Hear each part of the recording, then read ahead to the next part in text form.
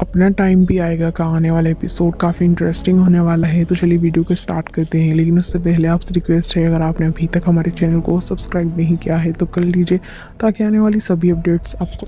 Starting में हम देखते हैं कि प्रमाण पत्र लेने के लिए जब वीर और रानी जाते हैं तो यहाँ पर जो उनकी टीचर थी वो बहुत तारीफ़ करती है रानी की और कहने लगती है कि रानी जैसे स्टूडेंट ना हमने कभी आज तक नहीं देखी, ये पढ़ने में बहुत ज़्यादा अच्छी थी और हम तो आपके शुक्रगुजार हैं कि आप इसे आगे भी पढ़ने दे रहे हैं और उसके सपने को पूरा कर रहे हैं। उसके बाद वो कहने लगते हैं कि लीजिए रानी, आपका सर्टिफिकेट है और हम आप कामयाब की दुआ करते हैं कि आप और आगे पढ़ें और तरक्की करें। तो रानी खुश हो जाती है, कहने लगती है कि डॉक्टर साहब हमें सर्टिफिकेट मिल गया, अब हम वापस जा सकते हैं। इतने में हम देखते हैं कि विक्रम और कियारा दोनों आधे रास्ते से ज़्यादा पहुँच चुके होते हैं।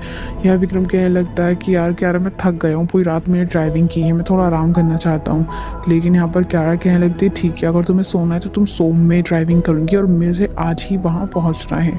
वहीं दूसरी तरफ हम देखते हैं कि रानी ना वीर को ले जाती है दिखाने के लिए अपनी ज़मीन, जहाँ वो किराना स्टोर खोलना चाहती है। लेकिन वहाँ पर वो जाकर देखती है तो कुछ लोग कबड्डी खेल रहे होते हैं। देखकर रानी को बड़ा गुस्सा आता है और आकर कहने लगती है कि आप लोगों की हिम्मत कैसे हुई और आप सब लोगों ने ये क्या बना रखा है यहाँ पर कबड्डी का मैदान, अभी कभी यहाँ से निकलिए।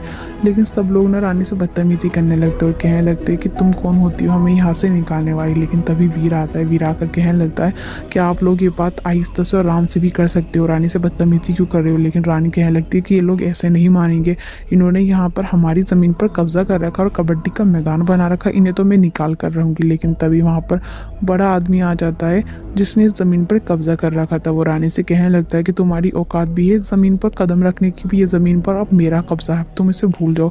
तो रानी रोने लगती है और कहने लगती है कि ऐसे कैसे भूल जाऊँ, ये ज़मीन हमारे बाबूजी की है और हमने इसमें ना एडवांस पैसा दिया है इस ज़मीन पर, तो ये ज़मीन तो हमारी ही रहेगी और तुम लोग ना यहाँ से निकल जाओ। लेकिन वो लोग ना रानी को डराने लगते हैं, गन रख लेते हैं उसके सर पर और कहने लगते हैं कि अगर तुम यहाँ से नहीं जाओगी तो तुम्हें अपनी ज़िंदगी से हाथ धोना पड़ेगा। तो वीर ना रानी को लेकर साइड में आ जाता है और कहने लगता है कि रानी तुम ये क्या कर रही हो, तुम्हारा दिमाग ख़राब है। लेकिन रानी रोने लगती है और कहने लगती है कि नहीं डॉक्टर साहब, हम अपनी ज़मीन को किसी को नहीं देंगे।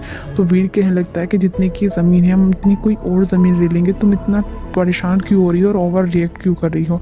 लेकिन रानी रोने लगती है और कहने लगती है कि आप ये सोच रहे हो कि ये ज़मीन मामूली है, लेकिन ऐसा नहीं है।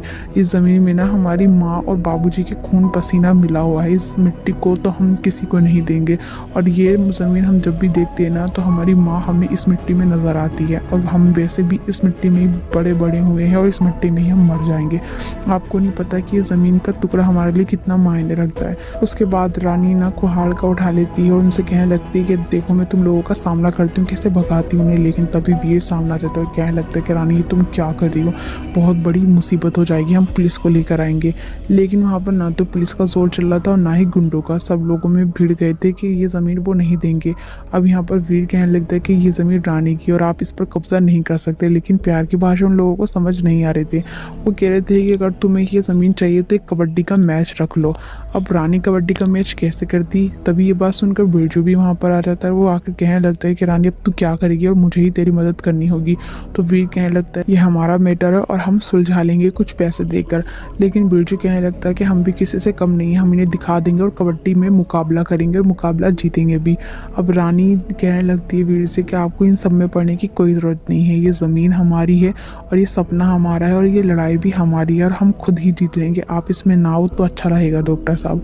वहीं दूसरी तरफ हम देखते हैं नंदिनी को। नंदिनी काफ़ी ज़्यादा परेशान थी, लेकिन तभी जयसिंह का फ़ोन आता है नंदिनी के पास। जयसिंह कहने लगता है कि प्लीज़ बेबी मुझे माफ़ कर दीजिए ना, मुझसे गलती होगी, जो मैंने किया है वो मैं सब नहीं करना चाहता था। लेकिन नंदिनी कहने लगती है कि अगर आइंदा आपने मुझे कॉल किया तो मैं आपका नंबर ब्लॉक कर दूँगी।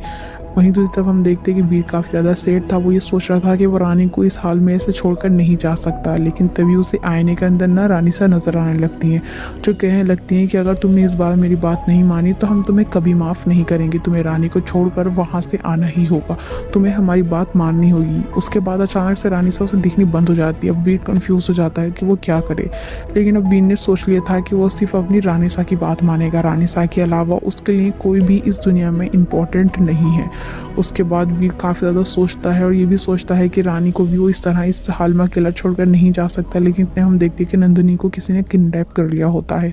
वो कोई और नहीं बल्कि जय सिंह के गुंडे होते हैं और वो कहने लगते हैं यहाँ पर नंदिनी से उल्टी उल्टी बात है कि जय सिंह तो सिर्फ कर्जा उतारा है, वो भी अपने बड़े भाई के जुए का। वहीं हम देखते हैं दूसरी तरफ कि वीर ने एक लेटर लिखने की सोची होती है कि वो लेटर लिखकर न रानी के लिए छोड़कर चला जाएगा, क्योंकि उसके अंदर हिम्मत नहीं थी कि वो रानी को खुद फेस टू फेस बता सके कि वो किस इरादे से यहाँ आया था। वहीं हम जय सिंह को देखते हैं, जय सिंह पहुँच जाता है हीरो बनकर नंदिनी को बचाने के लिए और उसे इम्प्रेस करने के लिए, और कहने लगता है कि हमें माफ़ कर दो नंदिनी, ये सब हमारे बड़े भाई की वजह से हो रहा है, जो आज ये गुंडे तुम्हें यहाँ लेकर आ गए हैं।